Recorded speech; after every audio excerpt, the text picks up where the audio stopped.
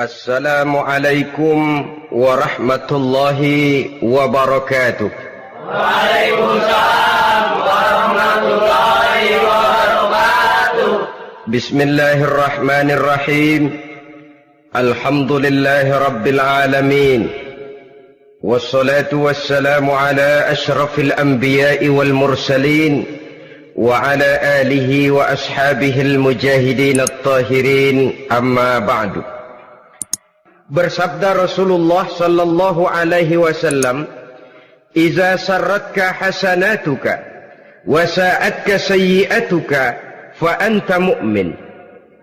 Apabila perbuatanmu yang baik menyebabkan engkau bahagia, apabila perbuatanmu yang baik menyebabkan engkau gembira, dan perbuatanmu yang jahat menyebabkan engkau jadi susah, itulah tanda bahwa di hatimu masih ada iman. Artinya, belum tentu orang yang berbuat baik merasa bahagia dengan kebaikan yang dikerjakannya. Dan tidak selamanya orang yang berbuat jahat sanggup menyesali perbuatan jahatnya.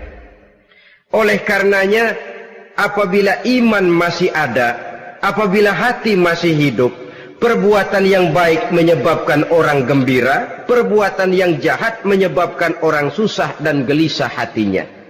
Ini mengandung pelajaran. Sekali kita berbuat baik, jangan sekali-kali menyesali kebaikan itu. Sebaliknya, satu kali kita melakukan kesalahan, hendaknya selalu menyesalinya. Kadang-kadang dalam kehidupan, karena orang tempat kita berbuat baik itu rupanya membalas air susu dengan air tuba, kita lalu menyesali kebaikan. Lahirlah kata-kata, "Nyesal saya nolong dia." Ibarat pepatah katanya, nolong anjing kejepit. Waktu kejepit setengah mati kita tolongin, begitu selesai dia dari kejepitnya malah kita digigitnya. Saudara hadirin yang saya muliakan, dalam kehidupan sehari-hari barangkali ini kena filsafat yang disebut dorong mobil mogok. Ketika mobil mogok setengah mati kita dorong, begitu mesin hidup ditinggalkannya kita di belakang. Sesungguhnya perbuatan kita yang baik tidak harus disesali, karena disesali atau tidak, toh perbuatan itu sudah kita lakukan. Dan penyesalan atas segala kebaikan hanya akan mengurangi nilai pahala kebaikan itu sendiri. Berbahagialah apabila berbuat baik, walaupun orang yang kita melakukan kebaikan membalasnya dengan kejahatan. Menyesalah apabila berbuat kesalahan, apabila melakukan dosa, karena itu pertanda nilai iman yang masih hidup dalam jiwa kita. Saudara-saudara kaum muslimin yang berbahagia, jadi sungguh pun pahala dan dosa sesuatu yang abstrak, efeknya jelas dia mendatangkan kebahagiaan atau membawa kepada kegelisahan batin di dalam kehidupan manusia. Orang di zaman materialis kurang terangsang berbuat pahala dan terdorong melakukan dosa. Kenapa? Karena pahala tidak kelihatan, dosa tidak nampak. Kalau pahala kelihatan, barangkali nggak kuat kita mikul pahala. Kalau dosa benjol, umpama tiap bikin dosa palanya benjol, barangkali sudah nggak karu-karuan kepala kita. Baik pahala, baik dosa, sesuatu yang tidak nampak oleh pandangan mata zahir, tapi yang punya efek dalam kehidupan ini. Orang yang banyak pahalanya dengan orang yang banyak dosanya, kalau dia berjalan barangkali sulit kita membedakan. Tapi efeknya dalam kehidupan ini jelas adanya. Sesuatu yang bernama pahala kita perlukan, karena hidup tidak berhenti hingga di sini. Sesuatu yang bernama dosa harus kita hindarkan, karena ada kelanjutan sesudah hidup yang sekarang ini. Kehidupan dari satu pertanggungan jawab. Itu sebabnya Imam Ghazali dalam bahasa yang indah sekali berpesan, "Jaddidis safinah fa innal bahra amiq wa khuziz zad fa innas safara ba'id." Perbarui selalu kapalmu, rawat, jaga baik-baik, dandani kapalmu, fa innal bahra amiq, karena sesungguhnya lautan ini sangat dalam. Satu bahasa yang indah dari tamsil terhadap kehidupan. Perbaiki kapalmu karena lautan ini sangat dalam. Artinya, jaga baik-baik hatimu. Pelihara iman dan keyakinanmu, karena hidup ini bagaikan gelombang lautan. Tempo-tempo air tenang, tempo-tempo ombak menggila dan menggunung. Jaga iman baik-baik karena hidup penuh dengan cobaan dan ujian. Itu maksudnya. Wa khuziz zad fa inna safara ba'id. Dan bawa bekal yang banyak karena perjalanan hidup ini sangat panjang. Perjalanan ini sangat jauh. Kita kalau pergi keluar kota tentu saja membawa bekal. Makin jauh kota yang akan kita tuju, makin banyak bekal yang harus kita bawa. Alangkah sengsaranya manusia apabila dia akan pergi ke satu kota yang jauh, modalnya cuma nekat. Bagaimana nanti di sana sajalah. Tidak membawa bekal sebagaimana yang sewajarnya. Hal yang semacam ini senangnya sih belum tentu, keblangsak dan susahnya sudah kebayang. Itu dalam kehidupan di dunia ini. Bagaimana kalau sudah bicara tentang kehidupan yang akan datang? Karena sesungguhnya hidup ini merupakan satu perjalanan yang sangat panjang. Sejak kita tinggal di alam arwah, pada saat jasad belum lagi diciptakan Allah, ruh sudah diciptakannya lebih dahulu. Sampai kemudian kita pindah ke alam rahim, alam kandungan ibu. Untuk kemudian berpindah kepada kehidupan dunia. Dari dunia ini kita pindah ke alam barzakh. Di sana tinggal kita 100 tahun mungkin, 100.000 tahun mungkin, 1 juta tahun mungkin, menunggu saat datangnya kiamat. Lalu dari alam barzakh pindah kita ke alam akhirat. Satu perjalanan yang sangat panjang. Alangkah malangnya, alangkah sengsaranya jika tahu kita begitu panjangnya perjalanan hidup ini, tidak ada bekal yang kita bawa. Artinya kesengsaraan, kesulitan yang bertali-tali sudah jelas akan menimpa kita. Kalau pergi kita keluar kota membawa bekal uang, membawa bekal makanan, apa bekal yang mesti kita bawa? Apabila kita kembali ke alam barzakh, kembali ke alam kubur, berkumpul di padang mahsyar di akhirat nanti, nasi yang mau kita bawa, uang yang mau kita bawa, tentu tidak lagi. Karena kehidupan materialis selesai di atas liang lahat. Bila masuk kita ke liang lahat, disitulah pahala dan dosa memegang peranan yang sangat penting. Maka pada pertemuan malam ini kita akan bicara tentang pahala dan dosa itu. Saudara-saudara kaum muslimin rahimakumullah, yang dinamakan pahala, kata Imam Ali Al-Jurjani dalam kitab At-Ta'rifatnya, ma yastahiqqu bihi ar-rahmatu wal maghfiratu minallahi ta'ala. Sesuatu yang pelaksananya berhak untuk mendapat rahmah dan ampunan dari Allah. Dengan kata lain, nilai pahala adalah akibat dari perbuatan-perbuatan di dalam melaksanakan perintah dan anjuran yang ada di dalam kehidupan agama. Apabila perintah dan anjuran kita laksanakan, nilai pahala itu lalu datang. Nah, nilai pahala dalam Islam, menurut konsepsi Quran, Allah menjelaskan, man jaa bil hasanati falahu asyru amsalihha. Barang siapa yang datang membawa satu kebajikan, barang siapa yang melaksanakan satu kebaikan, maka dia akan mendapat balasan 10 kali dari kebaikan yang dikerjakannya. 10 kali ini pun masih dilipat gandakan dengan 7 ini pun masih dikalikan 100, dan itu pun masih ditambah dengan pernyataan wallahu yudha'ifu liman yasha. Allah masih akan melipat gandakan perbuatan baik seseorang yang dikehendakinya. Itulah nikmatnya dalam Islam. Tetapi sebaliknya, wa man jaa'a bisayyi'ati fala yujza illa mislaha. Barang siapa yang melakukan satu kejahatan, dia tidak akan mendapat balasan kecuali sesuai dengan kejahatan yang dikerjakannya. Alangkah rahman dan rahimnya Allah. Orang yang berbuat baik dibalas 10, dikali 7, dikali 100, masih dilipat gandakan pula. Tapi orang yang berbuat jahat tidak akan mendapat balasan kecuali sesuai dengan kejahatan yang dikerjakannya. Ini kan beda dengan sifat kita manusia. Kita ini kadang-kadang kalau dijitak membalasnya mukul. Tapi kalau orang berbuat baik kepada kita, kita enggan untuk berbuat baik kepada orang tadi.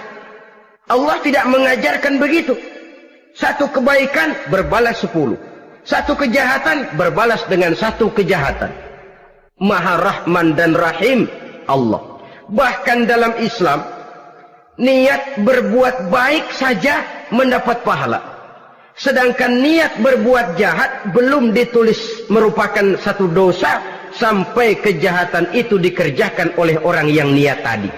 Umpamanya, saudara niat, nanti malam giliran pengajian saya mau hadir di majelis taklim.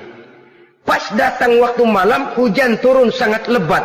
Saudara berhalangan datang ke majelis taklim, saudara sudah mendapat pahala niat. Tapi saudara niat, nanti malam kalau turun hujan, saya mau bongkar rumahnya si fulan, saya mau curi seluruh harta bendanya. Ternyata malam saudara tidak mengerjakan perbuatan itu belum ditulis dosa sampai perbuatan itu benar-benar dikerjakan. Tapi lalu jangan macam-macam, kalau begitu niat aja yang baik biar nggak usah dikerjain.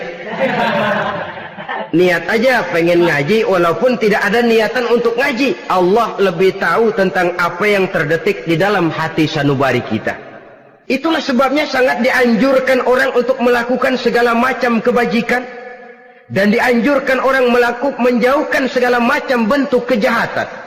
Karena dia akan berefek melahirkan dosa dan pahala. Dosa dan pahala itulah alat untuk memperoleh kebahagiaan di alam kubur, di padang mahsyar, sampai di akhirat nanti. Di dunia ini mungkin segalanya bisa kita beli dengan yang namanya uang. Keamanan kita bisa menyewa petugas untuk menjaga rumah kita. Kendaraan yang mewah bisa kita beli. Udara yang sejuk bisa kita ciptakan. Siapa banyak uang, dia raja. Mungkin itu di dunia. Tapi bisa apa uang kalau kita sudah masuk ke alam kubur? Bisakah munkar nakir kita sogok? Udah karkir, jangan nanya nih, cepet. Bisakah malaikat azab menyingkir dengan uang semir?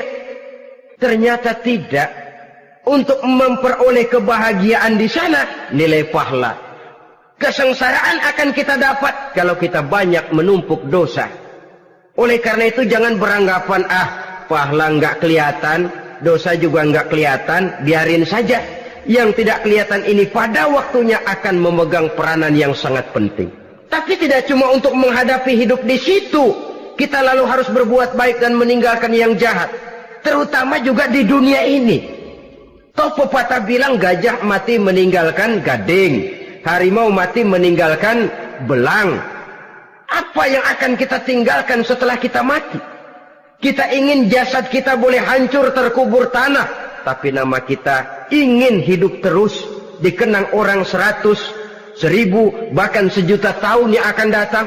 Ditulis orang dengan tinta emas dalam sejarah, tercatat kita sebagai orang baik-baik. Saudara-saudara kaum muslimin rahimakumullah. Lalu perbuatan apa yang bisa mendatangkan pahala itu? Saudara-saudara, semua perbuatan yang diperintah dan dianjurkan oleh Allah, yang dikerjakan dengan ikhlas hanya untuk mencapai ridho Allah, mendatangkan pahala. Kadang-kadang menurut pendapat kita remeh, tapi nilainya di sisi Allah besar. Itu pahala. Menghitung pahala itu hak prerogatif Allah.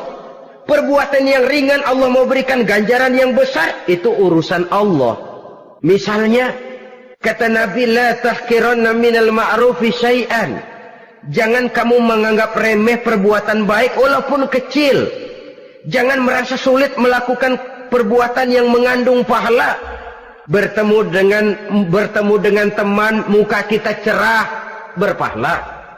menyingkirkan duri di jalanan berpahala, menolong orang yang sesat, memberitahu orang yang bertanya berpahala.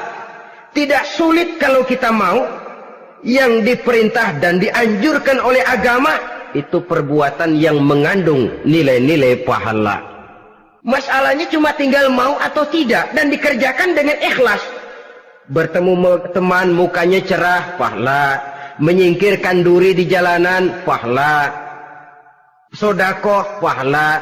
Tidak berupa perbuatan, bisa berupa ucapan. Misalnya bersolawat, pahala. Bertasbih dan bertahmid, pahala. Kata Nabi, kalimatani khafifatani 'alal lisan, saqilatani fil mizan. Ada dua kalimat yang enteng di lidah tapi berat di timbangan akhirat nanti. Apa itu? Subhanallah walhamdulillah. Itu kan amalan yang ringan, perbuatan yang mudah saja, tapi nilainya demikian besar dalam pandangan Allah. Jadi pendeknya, perbuatan yang bernilai pahala adalah perintah dan anjuran agama yang dilaksanakan dengan ikhlas semata-mata untuk mencapai ridho Allah, itu mengandung pahala. Niat dasarnya itu harus karena Allah, landasannya harus karena ikhlas. Bukan cuma sekedar basa-basi, tidak karena ingin dipuji orang, tidak karena mengharap tanda jasa, tapi ikhlas semata-mata.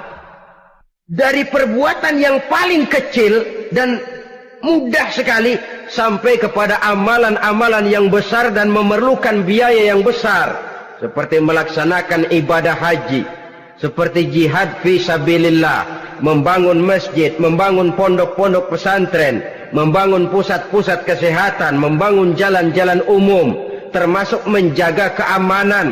Jangan dikira loh, siskamling umpamanya, menjaga keamanan kampung tidak berpahala.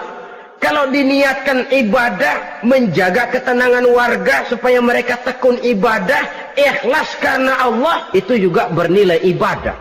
Keluar kita dari rumah, pergi pagi, pulang sore, peras keringat, banting tulang cari nafkah buat menghidupi anak istri kita. Kalau diniatkan ibadah, melaksanakan kewajiban sebagai kepala rumah tangga, membantu orang tua sebagai anak, itu juga perbuatan-perbuatan yang mengandung pahala.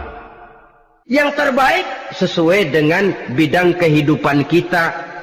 Ada orang yang dinamakan abid, ahli ibadah, pahala yang paling baik bagi dia banyak-banyak tahajud, sembahyang malam, wirid, zikir, tasbih. Ada yang dinamakan orang alim, pahala yang paling baik buat orang macam ini mengajar, menyebarkan ilmu, mendakwahkan Islam. Ada yang disebut wali, pejabat pemerintah, petugas. Amalan pahala yang paling baik buat orang semacam ini melayani masyarakat, bekerja di bidangnya sesuai dengan profesinya. Saudara hadirin yang saya hormati, jadi dengan demikian perbuatan-perbuatan yang mengandung nilai-nilai pahala ini bisa perbuatan yang menurut kita kecil namun punya nilai besar. Apalagi perbuatan besar dengan biaya yang besar, tentu makin besar juga pahala yang disediakan oleh Allah Subhanahu wa ta'ala. Oleh karenanya, kalau kita bercermin dari ayat Quran, hidup ini kesempatan untuk berbuat baik. Huwallazi khalaqal mauta wal hayata liyabluwakum ayyukum ahsanu amala. Dialah Allah, Tuhan yang telah memberikan hidup dan mati kepadamu untuk menguji kamu, siapa di antara kamu yang paling baik amal perbuatannya. Jadi tidak saya rinci, tapi cukuplah satu penjelasan global. Perbuatan yang berpahala adalah perbuatan melaksanakan perintah Allah atau anjuran Allah dengan dasar ikhlas, dengan tujuan untuk mencapai ridho Allah semata-mata. Lalu apa perbuatan yang mengakibatkan dosa itu? Saudara-saudara, dosa lahir akibat melakukan larangan Allah atau mengerjakan yang dicelaknya. Nah, para ulama ada yang membagi dosa itu menjadi dua bagian. Ada dosa-dosa kecil, ada dosa-dosa besar. Tetapi sebenarnya ditinjau dari segi hakikatnya, kalau sudah melakukan satu kesalahan yang mengakibatkan dosa, jangan dilihat besar dan kecilnya, tapi kepada siapa dosa itu kita kerjakan. Sebab kalau dosa kita anggap satu yang kecil, orang akan terangsang untuk mengerjakan yang kecil-kecil saja. Sehingga dengan demikian, yang kecil pun akan menjadi besar kalau ditumpuk-tumpuk. Sedangkan yang besar bisa saja menjadi kecil kalau selalu diiringi dengan permohonan ampun kepada Allah. Itu sebabnya para ulama sufi, orang-orang tasawuf mengatakan, la saghair ma'al istimrar wala kabair ma'al istighfar. Tidak ada dosa yang kecil kalau dikerjakan terus-menerus, dan tidak ada dosa yang besar kalau digempur tiap saat dengan perbuatan istighfar atau memohon ampun kepada Allah Subhanahu wa taala. Cuma saja pada umumnya, karena dosa-dosa kecil itu lebih mudah taubatnya, dan ada janji Nabi, barang siapa yang meninggalkan dosa-dosa besar akan diampuni dosa-dosanya yang kecil-kecil. Oleh karena itu, pada kesempatan ini kita akan juga bicarakan apa saja yang termasuk klasifikasi dosa-dosa besar, dengan harapan kita bisa menjaga diri, menyelamatkan diri, jangan sampai terjatuh ke dalam dosa-dosa yang besar tadi. Tetapi bukan berarti kita harus terangsang melakukan dosa-dosa yang kecil. Biarin kecil ini, tobatnya gampang. Dosa kelas teri. Dosa itu kan tidak kelihatan. Lalu terangsang melakukan perbuatan dosa-dosa walaupun kecil, kalau berlarut terus-menerus dia akan tumbuh menjadi dosa yang besar.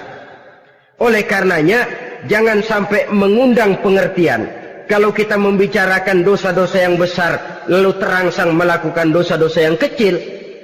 Karena bagaimanapun juga dosa kecil dan dosa besar sama dalam arti kepada Allah kita melakukan kesalahan. Dan dosa yang kecil pun kalau bertumpuk, dia akan menjadi banyak. Saudara-saudara kaum muslimin rahimakumullah, ada beberapa jenis dosa-dosa besar. Jenis yang pertama, asyirku billah, syirik atau menyekutukan Allah. Dari sekian deretan dosa-dosa besar, syirik ini merupakan bapak moyangnya dosa. Dedengkotnya dosa itu syirik, menyekutukan Allah. Bahkan dosa yang lain Allah masih mau mengampuni, tapi kalau sudah syirik, menyekutukan Allah, itu sudah satu dosa yang tidak berampun sama sekali. Oleh karena itu tepat pesan Imam Ghazali tadi, jadi di safinah fa innal bahra amik, jaga iman, pelihara akidah, dandani kapal. Karena hidup ini gelombang lautan sangat dalam, hidup banyak cobaan. Di dalam hidup di zaman sekarang ini, saudara bisa perhatikan, di mana tensi ekonomi tinggi, lapangan kerja sulit, persaingan hidup makin tajam, sifat egois dan individualis tumbuh di mana-mana, rasa solidaritas sosial menurun, sifat gotong royong musnah. Orang mudah potong kompas, potong jalan. Ingin cepat kaya, ingin cepat naik pangkat, ingin dapat kedudukan.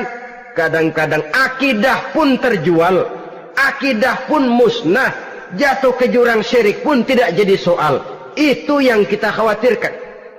Kalau dosa-dosa yang lain Allah masih mau mengampuni, tapi kalau sudah jatuh kepada syirik, Allah sama sekali tidak akan memberikan ampun. Dalam kaitan dengan ini barangkali tepat sinyalemen Imam Ali itu. Andai kata kemiskinan merupakan satu kepribadian, saya akan membunuhnya lebih dahulu. Artinya memang kemiskinan ini sering mendorong orang kepada jurang kemusyrikan. Tidak tahan menghadapi godaan perut akibat tensi ekonomi yang tinggi, lapangan kerja yang sulit. Iman pun jadilah ditukar dengan 3 liter beras. Akidah pun jadilah dibarter dengan 3 bungkus supermi, dengan pakaian bekas, dengan obat-obatan. Tidak jadi soal baginya mengejar kebahagiaan yang relatif singkat dengan mengorbankan kebahagiaan yang abadi. Persis ibarat pepatah, nyari jarum kampak hilang. Mencari sesuatu yang kecil, yang besar jadi sia-sia. Membela perut, mengorbankan akidah. Na'udzubillah summa na'udzubillah. Saudara-saudara kaum muslimin rahimakumullah. Ini fakta. Ini kenyataan. Dan hal semacam ini tidak bisa diatasi cuma dengan ceramah, simposium, diskusi, seminar. Apalagi Nabi berpesan, solahu ummati bil ilmi wal mal. Umatku hanya bisa menjadi baik akidahnya dengan ilmu dan harta. Itu bahasa Nabi. Kalau bahasa kita sekarang, dengan ekonomi dan pendidikan. Ilmu, pendidikan, ekonomi, harta. Tanpa itu, sangat besar kemungkinan kita bisa menjual akidah terjerumus di lembah kemusyrikan. Maka terutama kepada saudara-saudara saya, muslimin yang terpencil jauh dari kota-kota besar, yang kadang dalam kehidupan seharinya imannya sering digoda oleh supermi, akidahnya sering ditantang oleh pembagian beras, pakaian-pakaian bekas, obat-obatan dan sebagainya. Jaga dan bentengi akidah kita. Lebih baik nyawa berpisah dari badan, asal iman jangan berpisah dari hati. Kepada adik-adik saya para remaja, para pemuda di kota-kota besar, yang iman dan akidahnya sering ditantang dengan minuman-minuman keras, fasilitas-fasilitas yang menghanyutkan, yang secara terarah dan praktis sedikit demi sedikit menggiring kita untuk keluar dari nilai-nilai akidah. Hati-hati, jaga baik-baik, sebab intan paling mahal, mutiara paling berharga, tidak lain nilai iman ini. Tergelincir kita daripadanya, jatuh ke lembah kemusyrikan, jatuh ke satu dosa yang teramat besar, yang Allah tidak akan pernah memberikan ampun lagi. Ini dosa besar yang pertama. Yang kedua, qatlun nafsi illa bil haq. Membunuh orang tanpa alasan yang benar. Di zaman kesulitan ekonomi kadang-kadang orang mudah nekat. Tengok saja, kadang-kadang karena pasar uang 100-200 perak saja nyawa bisa melayang. Kadang-kadang karena urusan yang remeh, salah omong, salah ambil, salah ucap, salah pegang, nyawa bisa jadi melayang. Alangkah murahnya nyawa, seakan-akan kita yang punya. Padahal nyawa itu hak milik Allah. Tidak pantas kita merampasnya, tidak pantas kita menghilangkannya dari jasad seseorang.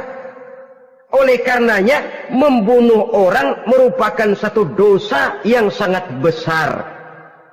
Jangankan kepada orang yang seakidah, orang yang lain akidah saja pun, kalau dia hidup berdamai, rukun, berdampingan, kita harus melindungi.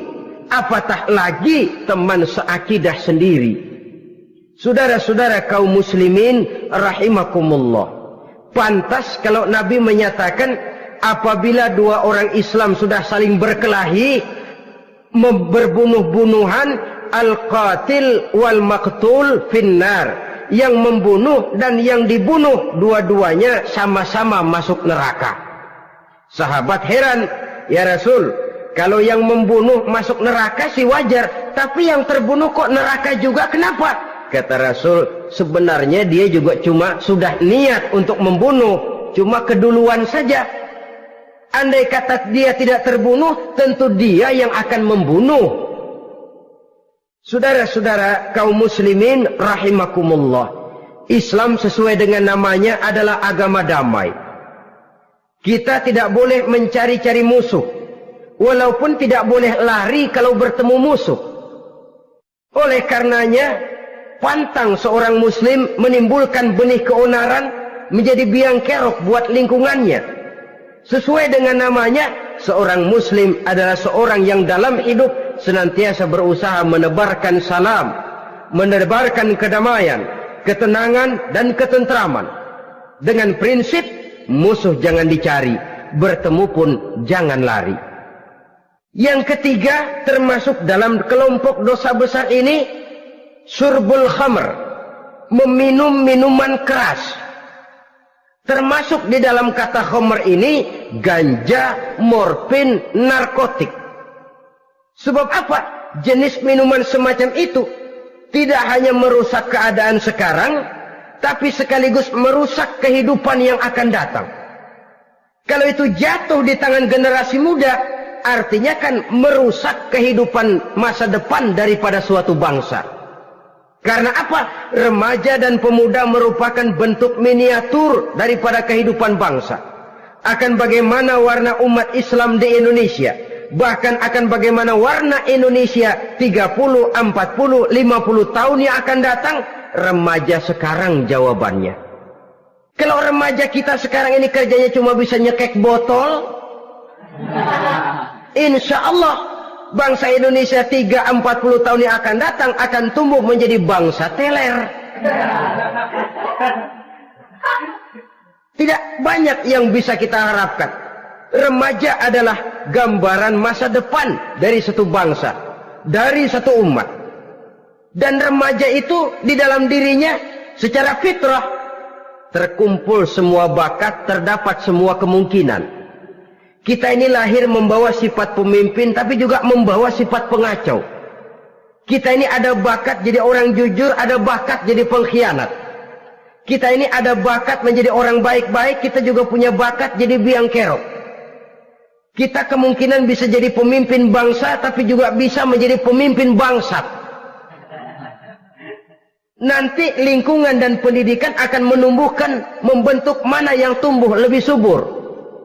Kalau lingkungan dan pendidikannya lebih banyak bercerita tentang kejujuran, maka nilai kejujuran yang akan tumbuh lebih banyak dalam jiwanya. Dan insya Allah diharapkan dia akan menjadi manusia yang jujur di kelak kemudian hari nanti. Dan masalah minuman keras ini sebenarnya berkait. Kita tidak bisa cuma menyalahkan remaja saja, menyalahkan pemuda saja, karena bagaimanapun masalahnya kompleks. Menghancurkan sesuatu tanpa melihat kausalnya, tanpa melihat sebab akibatnya, kan sama juga bohong.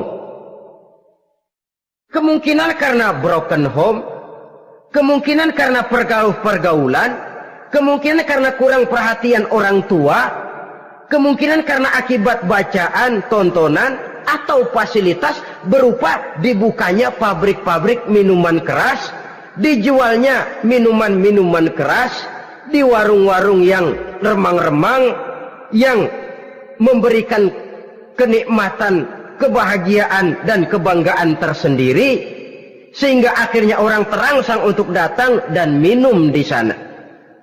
Pada dasarnya memang sepele, cuman minum, nggak ngerugiin orang lain kan? Iya, pada waktu minum. Tapi dikala sudah mabuk, out of control, apapun bisa kita lakukan. Yang kita ucapkan kita tidak sadari lagi, yang kita kerjakan tidak kita sadari lagi. Dikala itu segala macam kejahatan bukan sesuatu yang tidak mungkin untuk kita laksanakan. Nggak ngerugiin orang lain, memang pada saat mau minum. Tapi begitu minum, mabuk, kita bisa merugikan orang lain. Setidaknya merugikan diri sendiri. Pertumbuhan IQ menjadi lemah, semangat kehidupan hilang, gairah kerja menurun, kalau tidak ada sama sekali. Lalu apa yang bisa kita lakukan di dalam kehidupan? Dan akan lebih celaka kalau ini menimpa kehidupan generasi muda kita. Kadang-kadang yang ironi ya, kalau yang orang tuanya mampu barangkali masih tertolong, tapi yang orang tuanya kondisi ekonomi lemah masih kepengen teler juga. Orang tuanya nggak mampu masih pengen mabuk. Dari ganja, morfin nggak dapat, akhirnya kaleng cet diisepin. Yang penting kan bisa teler, mendatangkan satu kebahagiaan tersendiri. Itu sebabnya memang satu kejahatan menurut teori polisi ya hanya bisa terjadi karena faktor N dan K, niat dan kesempatan. Niat ada, kesempatan ada, jadi orang jahat. Kurang salah satunya, biasanya kejahatan terbendung. Niat ada, kesempatan tidak ada, sulit berbuat jahat. Kesempatan ada, niat tidak ada, tidak mungkin orang jahat. Tapi yang paling dominan sebenarnya niat. Kalau niat sudah kuat, kesempatan bisa dicari. Kesempatan bisa diciptakan. Biar Hansip nongkrong, ditungguin lengahnya. Ya biarin. Jam 11 sampai jam 2. Matanya melotot. Jam 3 dia mulai ngulet, ngempet. Nah, di saat itu saya masuk ke rumahnya. Kalau niat kuat, kesempatan bisa diciptakan. Dan kalau sudah niat, ini masalah hati. Kalau sudah masalah hati, menyangkut soal moral. Moral artinya sudah masuk kepada kehidupan agama. Saudara-saudara kaum muslimin rahimakumullah. Yang keempat yang termasuk jenis dosa besar, az-zina, perbuatan zina. Di zaman pergaulan bebas dengan prinsip free love, free sex ini, tengok sudah berapa banyak gadis-gadis bergelimpangan jadi korban. Berapa banyak bayi-bayi yang lahir ke dunia tanpa tahu kemana dia mesti memanggil bapak. Apakah deretan jumlah korban ini masih harus bertambah lagi? Paling tidak, biarlah yang sudah jadi korban, tapi jangan bertambah lagi hendaknya. Masing-masing kita berupaya menahan diri. Termasuk dalam kategori zina ini, yang merupakan cabang-cabangnya, liwat, homoseks, lesbian, masturbasi. Bahkan masturbasi itu termasuk jenis zina tangan. Dan itu juga merupakan satu dosa. Di samping dosa juga merusak diri. Karena bagaimanapun juga dia akan mengurangi kemampuan daya pikir seseorang. Maka agama memberikan jalan keluar. Pesan Nabi, ya ma'syara syabab, man istata'a minkumul ba'at falyatazawwaj. Hai para pemuda, kata Nabi, barang siapa di antara kamu yang sudah bisa ba'at, yang sudah mampu ba'at. Ba'at itu artinya memberikan nafkah. Baik nafkah zahir maupun nafkah batin, falyatazawwaj, maka hendaklah dia kawin. Jadi yang maksud ba'at ini ya nafkah zahir, ya nafkah batin. Kita kadang-kadang cuma bisa ngasih nafkah batin saja sudah merasa pokoknya kan saya sanggup untuk kawin, lalu kawin tanpa kehilangan, dengan kehilangan pertimbangan. Saudara-saudara, wa in lam yastati', adapun kalau dia belum mampu, fa alaihi bisyam, hendaknya dia banyak puasa. Fa innahu lahu wija, karena puasa itu akan merupakan benteng jangan sampai orang memperturutkan hawa nafsunya. Andai kata puasa belum hobi, banyaklah olahraga para pemuda, para remaja. Karena dengan olahraga, pemikiran untuk memperturutkan hawa nafsu agak sedikit terkendali dan energi tersalurkan dalam bentuk yang positif. Pendeknya kreatif, banyak kegiatan. Ini pesan Imam Syafi'i tepat itu. Kata beliau, inni ra'aitu wuqufal ma'i yufsiduh in sala toba wa illam yajri lam yatib. Aku melihat air kalau diam rusak, tapi kalau dia mengalir jernih. Air kalau ngendap nggak ngalir, nyamuk nyarang di situ, bisa jadi sumber penyakit. Manusia hidup begitu. Kalau nggak punya kegiatan, nggak kreatif, kerjanya cuma delohom, ayam-ayam, akhirnya jadi ngerusak. Ngomongin orang, si Ano ngapa? Ano. Kebangetan nggak ngapa-ngapain, orang aja dipontenin. Orang diomongin, lahirlah namimah, lahirlah ghibah. Saudara-saudara, air itu kalau ngendap ada aja yang nyarang. Tapi kalau dia ngalir, orang ada kesibukan, insya Allah dia tidak akan jatuh kepada sesuatu yang bisa mengundang dosa. Isilah waktu dengan hal-hal yang bermanfaat. Karena hidup ini singkat dan tidak berjalan mundur ke belakang. Mundur hancur, berhenti diinjak orang. Sekali melangkah, jangan surut mundur ke belakang. Homoseks, terlepas dari penyakit kejiwaan. Sekarang ini kan sudah ada persatuan kaum gay katanya, meminta perlakuan yang sama dan agar dibolehkan kawin sesama mereka. Secara manusiawi boleh, secara manusiawi kita hargai mereka, tapi dari kacamata agama ini jelas merupakan penyimpangan, dan penyimpangan merupakan suatu dosa terlepas dari pertimbangan manusiawi. Jangan karena terlalu memperturutkan suara manusiawi, lalu kita mengesampingkan agama. Termasuk lesbian, wadon karo wadon. Kalau homo itu kan lanang karo lanang katanya. Saudara-saudara kaum muslimin rahimakumullah, ini bukan penyakit baru. Liwat, homoseks sudah dikenal dari zamannya Nabi Lut. Laki dengan laki. Lesbian dari zaman istrinya Nabi Lut. Terlepas dari penyakit kejiwaan, dari segi agama, ini merupakan penyimpangan dan merupakan dosa yang besar. Yang kelima, yang termasuk jajaran dosa kelas kakap, qazful mu'minina wal mu'minat, menuduh orang mukmin yang baik-baik, laki atau perempuan, melakukan perbuatan zina sehingga hancur namanya di masyarakat. Ini merupakan satu perbuatan dosa yang sangat besar dan sangat dimurkai oleh Allah. Saudara-saudara kaum muslimin rahimakumullah. Oleh sebab itu tentang masalah ini, kalau memang tidak ada saksi, jangan sembarang kita enteng lidah menuduh orang lain berbuat zina, menuduh orang lain berbuat serong. Dosanya kelewat besar di dalam kehidupan. Karena apa? Mencari harga diri itu berat, memelihara kehormatan diri jauh lebih berat. Satu kali orang dihancurkan namanya di masyarakat, dia akan terisolir jadinya. Oleh karenanya, berlindung kita kepada Allah, jangan sampailah dihinggapi oleh sifat ini.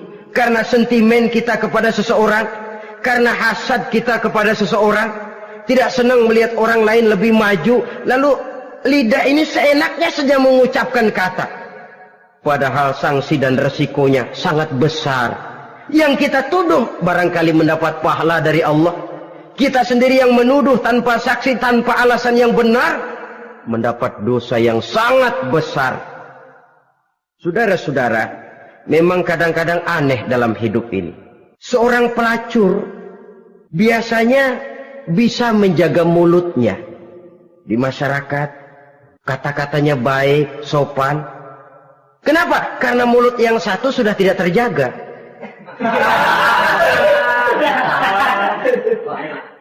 Kita kadang-kadang kehormatan bisa kita jaga, tapi mulut tidak terkontrol. Ngomong saenake dewe, bikin orang mangkel, kesal, fitnah sana, fitnah sini, menghancurkan nama baik orang, ngomongin yang macam-macam. Bagai-bagai macamlah caranya. Saudara-saudara kaum muslimin yang berbahagia.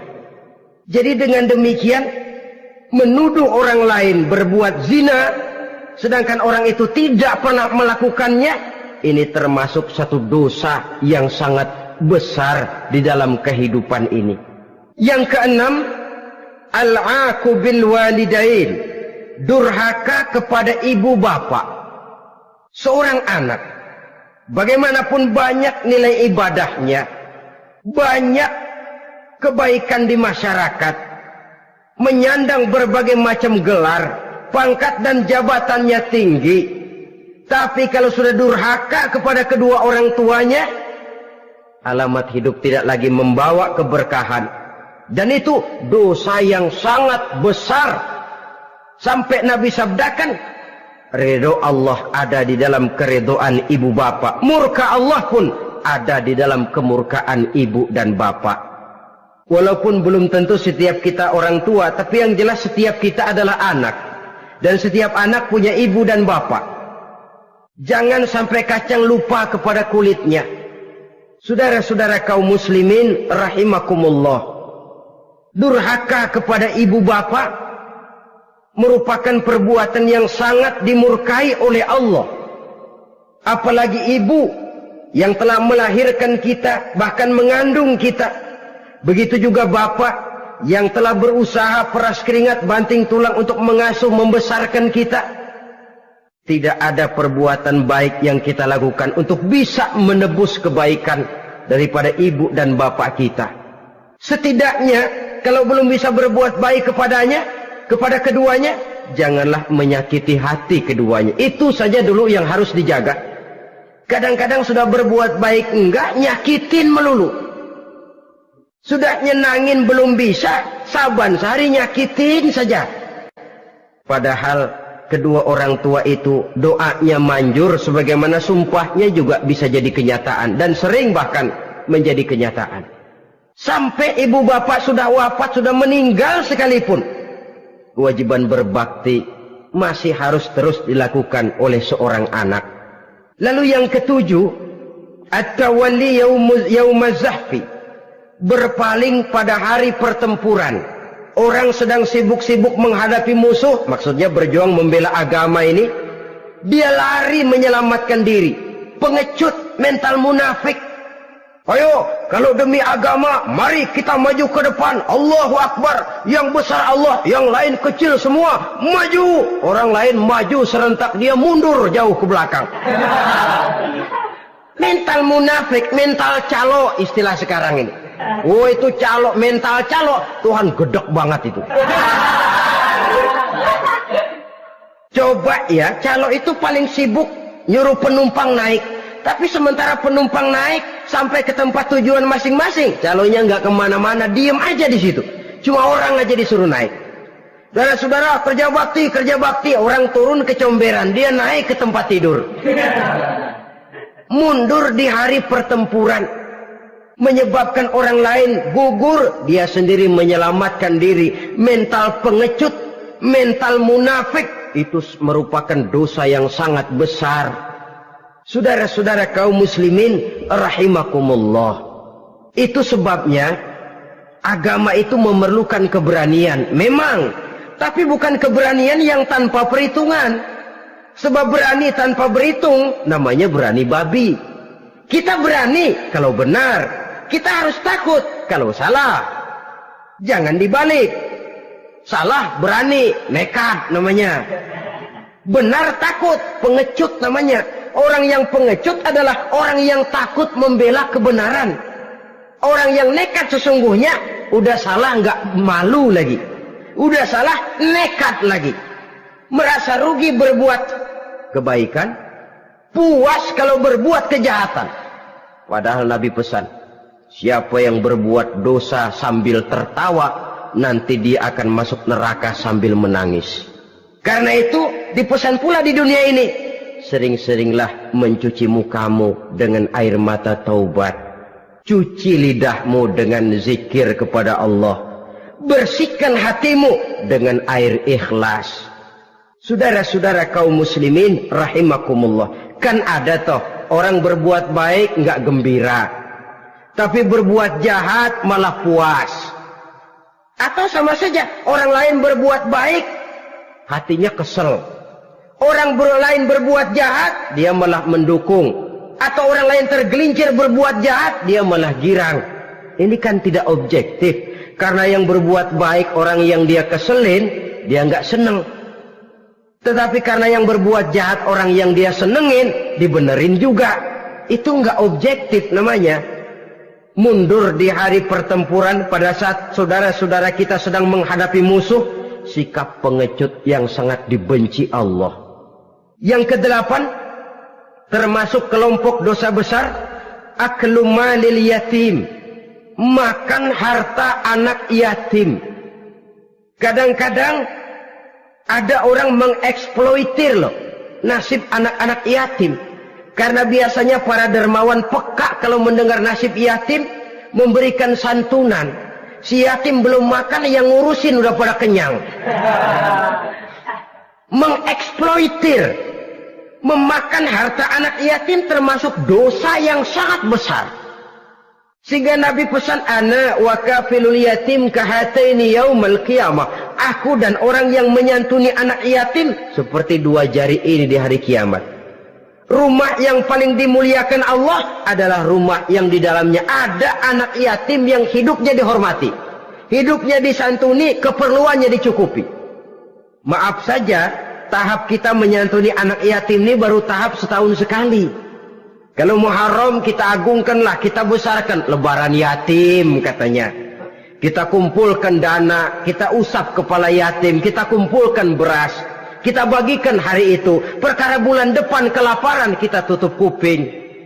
Perkara bulan berikutnya dia kelaparan, kita masa bodoh. Bahwa di bulan Muharram kita santuni yatim piatu itu sudah baik. Tapi akan lebih baik lagi kalau kita sanggup menjadi bapak asuh mereka, memikirkan sekolah mereka, ada kontinuitas. Kalau mereka diasuh oleh orang lain, lalu bertukar agamanya, berpindah akidahnya, kita ngomel habis-habisan. Tapi kita ada kemampuan, kita tidak mau berbuat semacam itu. Ya sama juga bohong namanya. Saudara-saudara kaum muslimin rahimakumullah. Orang yang menyantuni yatim mendapat pahala besar. Tapi orang yang mengkorup harta anak yatim, dosanya juga sangat besar. Berhati-hatilah kalau kita diberikan kepercayaan oleh masyarakat untuk mengurus anak-anak yatim. Karena pahalanya besar, resikonya juga besar. Yang kesembilan, syahadatuz zur, sumpah palsu. Sebab sumpah palsu ini menggunakan nama Allah untuk sesuatu yang tidak benar. Nama kita saja dibawa untuk yang tidak benar, kita jengkel. Nama kita dipalsukan untuk sesuatu yang tidak baik, kita kadang-kadang jengkel, tidak puas jengkel, menuntut melalui saluran hukum. Kenapa? Nama saya dicatut. Bagaimana lagi kalau nama Allah kita pakai untuk bersumpah, sumpahnya palsu, menguntungkan kita, merugikan orang lain, Allah murka betul. Maka sumpah palsu termasuk deretan dosa-dosa besar. Apalagi yang ke-10, aklur riba, makan riba alias renten. Ini kan yang cepat mendatangkan uang. Kadang-kadang kalau yang bikin riba itu orang awam barangkali, ya masih kita maklumi. Kadang-kadang penyakit ini datang menimpa mereka juga yang kita kenal kebaikannya. Bahkan suka datang ke musola, rajin ke masjid. Kadang-kadang riba masih dimakannya. Karena cara cari duit paling enak, duit utuh tambahnya terus masuk. Na'udzubillah summa na'udzubillah. Itu yang diibaratkan dalam perjalanan Mi'raj waktu Nabi diperlihatkan neraka. Orang perutnya sebesar rumah dililit ular, diseret-seret itu hancur perutnya, dibulatkan lagi, diseret lagi, hancur lagi, dibulatkan lagi, terus menerus begitu. Dia berteriak, mengerang, mengeluh, mengaduh kesakitan. Nabi tanya, itu apa Jibril? Itu contoh dari umatmu yang suka makan riba Muhammad, makan renten. Saudara-saudara, ini kan mencekik leher orang. Orang sedang kesulitan, kelihatannya sih baik, menolong. Tapi di belakang menolong itu nyekek. Di belakang nolong itu nyekek. Dan nyekek itu sebenarnya tujuan utamanya. Orang yang menjalankan riba pada dasarnya tidak punya perikman kemanusiaan kok. Kalau dia kelihatannya mau menolong, kelihatannya motifnya mencari untung di belakang itu. Jauh dari kemanusiaan. Yang ke-11, saudara-saudara, termasuk jajaran dosa besar itu qat'ur rahim, memutuskan silaturahmi. Marah, hobi sama marah. Kalau 3 hari nggak marahan sama orang, ngebet palanya. Selalu nyari gara-gara. Kalau udah marah berlaku perpanjangan waktu. Tahun, 2 tahun, kadang-kadang seumur hidup. Saudara hadirin yang saya muliakan.